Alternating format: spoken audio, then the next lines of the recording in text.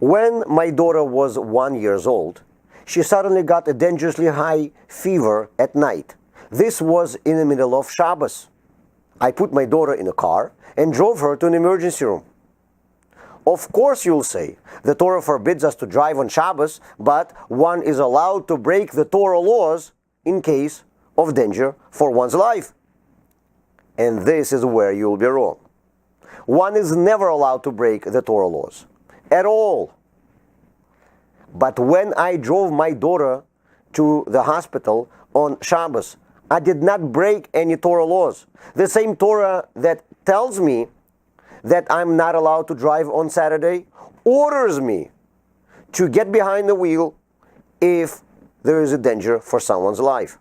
When I went by car on that Shabbos, I was following the laws of Torah and not breaking them. And the Torah does not suspend all laws in case of danger for someone's life. For example, in extreme cases, I'm not allowed to save my life if for that I'll have to rape someone. Throughout our lives, at every turn, we see choices between mutually exclusive values.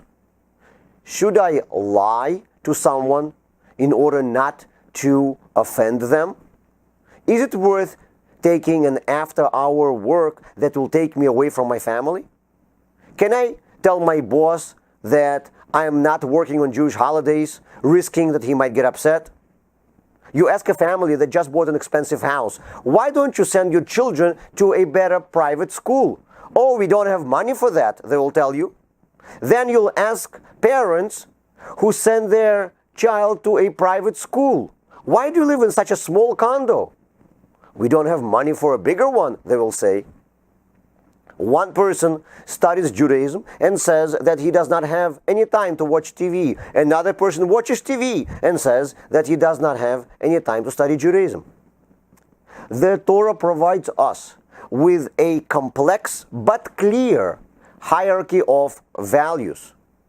This is what dozens of volumes of Talmud are doing. They are discussing the significance of each commandment, so we know its value.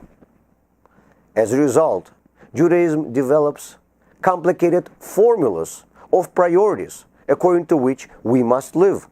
These are the formulas that I always use in making my life's decisions.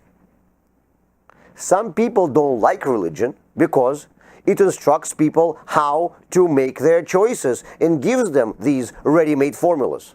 A person must decide everything by thinking on his own, they say. Well, if you think so, then probably you don't like mathematics as well, because math gives you ready-made formulas. And you believe that people have to think completely on their own. So go ahead, solve trigonometry problems by yourself without learning any formulas. Some people who did not get a chance to study Judaism are often concerned that those who follow the Torah don't have to think because religion dictates everything for them. In any science, thinking only begins after you have studied formulas. Not knowing the theorems takes away your opportunity to think. Most often, if you don't know the formulas, you won't even understand what the question is. And if there is no question, then there's no solution required. As a result, we often simply go through our lives without even noticing the dilemmas we encounter and follow the flow of our society thoughtlessly. In making decisions in life, a person, like in mathematics, should always think for himself.